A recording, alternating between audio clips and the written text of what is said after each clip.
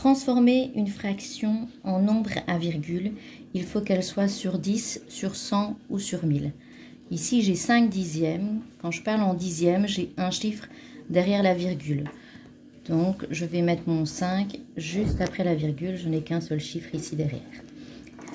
Lorsque j'ai 16 centièmes, j'ai deux chiffres derrière la virgule. Donc, ça va faire 0,16. 287 millièmes, j'ai trois chiffres derrière la virgule. Donc, je vais noter 287 millièmes comme ceci en nombre à virgule. 12 dixièmes. Dixième, ça veut toujours dire que j'ai qu'un seul chiffre derrière la virgule. Donc, j'écris mon 12 et je place ma virgule de façon à avoir un seul chiffre derrière la virgule.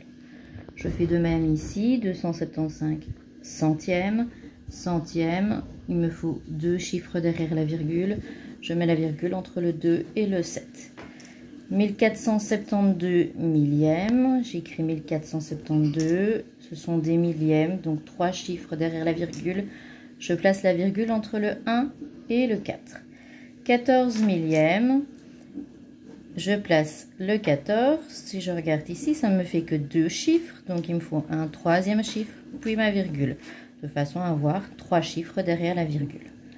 Dans le sens inverse, si je veux transformer un nombre à virgule en fraction, j'écris toujours mon nombre qui se trouve ici sur la barre de fraction, donc comme numérateur, et je compte combien j'ai de chiffres derrière la virgule. Ici, j'en ai deux, donc ce sont des centièmes. Ici, donc je vais mettre 5.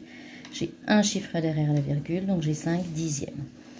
Ici, j'ai 125 qui est indiqué. Mais je n'ai que deux chiffres derrière la virgule, donc ce sont des centièmes, 125 centièmes.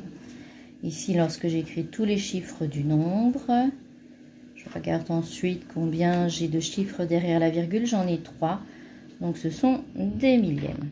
Ici, j'ai des fractions un petit peu plus compliquées, parce qu'elles ne sont ni sur 10, sur 100 ou sur 1000, donc il faut que je fasse la technique de la fraction équivalente, pour trouver une fraction sur 10, sur 100 ou sur 1000. Ici, le 5, je peux le placer sur 10 en faisant x2.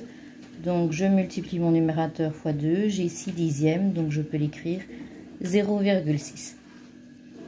14 vingtièmes, je peux la mettre sur 100 en faisant x 5. Donc, 14 x 5, ça fait 70. Et donc, j'ai 0,70. J'aurais pu la mettre sur 10 en divisant par 2 et avoir directement 7 dixièmes est égal à 0,7. Donc, c'est évidemment égal à tout ce que j'ai mis avant. 182 centièmes, soit je mets sur 100 en divisant par 2. Et donc, j'obtiens 180 divisé par 2. J'obtiens 90, ou j'aurais pu la mettre sur 1000 en faisant x 5, ça revient au même, et donc j'ai deux chiffres derrière la virgule, vu que je suis en centièmes.